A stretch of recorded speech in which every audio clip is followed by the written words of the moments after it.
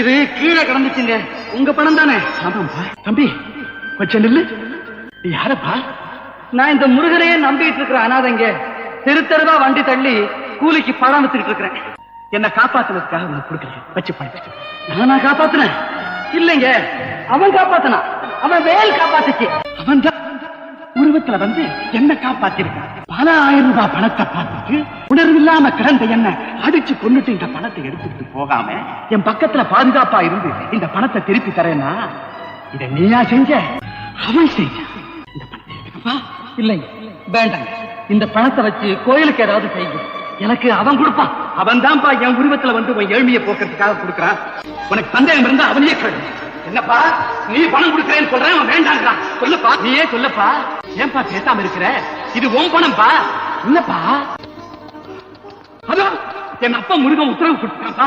முருகன் அதே